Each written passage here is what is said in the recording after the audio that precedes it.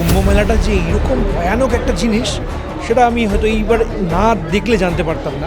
মানে মানুষকে ওখানে মরার জন্য হয়তো এই মেলাটা তৈরি করা হয়েছে। বাংলা থেকে যারা উত্তরপ্রদেশে গিয়েছিল কুম্ভ মেলায়, পুরো বিষয়টা তো শুনলেন, কি বললেন, কি বলবেন এই ব্যবস্থা? দেখুন, এখন তো বলার কিছু থাকে না, এখন দেখতে হয় সোশ্যাল মিডিয়ায় খুললেই দেখা যাচ্ছে যে কী পরিস্থিতি, ট্রেনে হোক বা কুম্ভ মেলায় হোক, ওখানে হোক। মানে মানুষকে ওখানে মরার জন্য হয়তো এই মেলাটা তৈরি করা হয়েছে। মৃত্যুপুরী বলতে পারি ওটা একটা।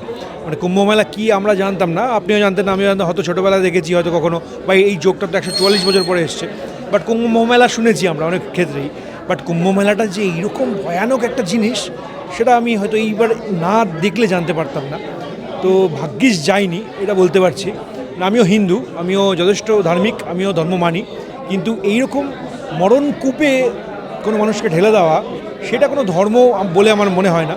এবং উত্তরপ্রদেশ সরকার যেভাবে আজকে মানে পুরো ব্যাপারটাকে পোর্ট্রে করেছে, পুরো ব্যাপারটাকে দেখিয়েছে যে কিছুই যেন হয়নি, তাহলে তো এই মানুষগুলো আজকে যাদের আমরা প্রেস কনফারেন্সে নিয়ে এলাম, তাদের এই আর্তনাদ, সেটা তো মানে দেখেও আমাদেরই চোখে জল চলে আসছিল।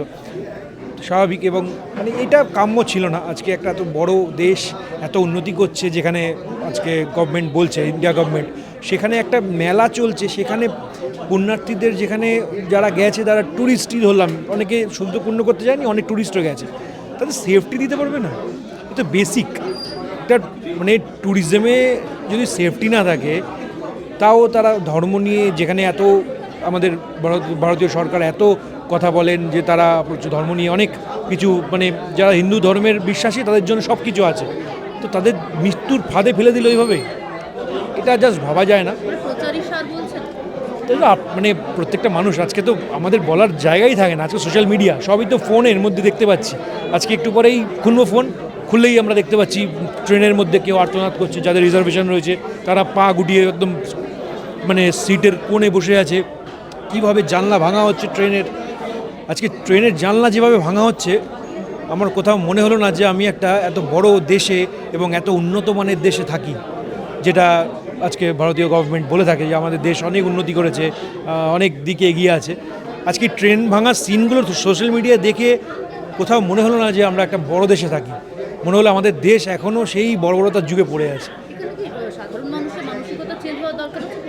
অবশ্যই 100 বার। গভর্নমেন্ট তো একা কিছু করার থাকে না, আজকে সাধারণ মানুষকেও ঠিক হতে হবে, কিন্তু সাধারণ মানুষকে কন্ট্রোল করার জন্য যে প্রশাসন দরকার, যে পুলিশ দরকার ছিল, সেটা কিন্তু ছিল না।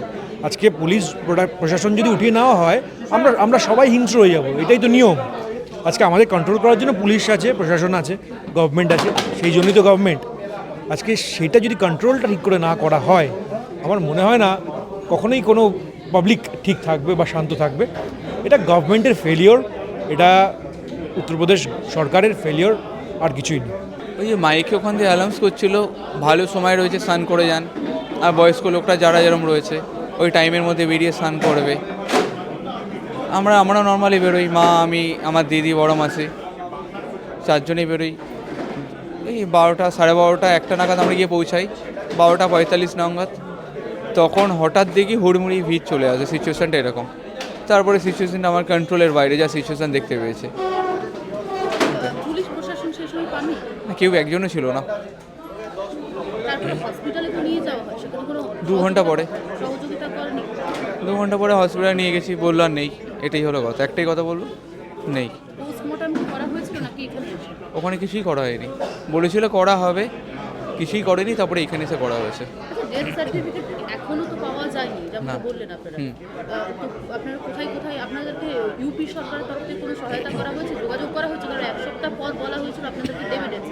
দুবার 3বার ফোন করেছিল, বলছিল PM রিপোর্টটা পাঠান এখান থেকে, ওইটুকুখানি PM রিপোর্টটা না।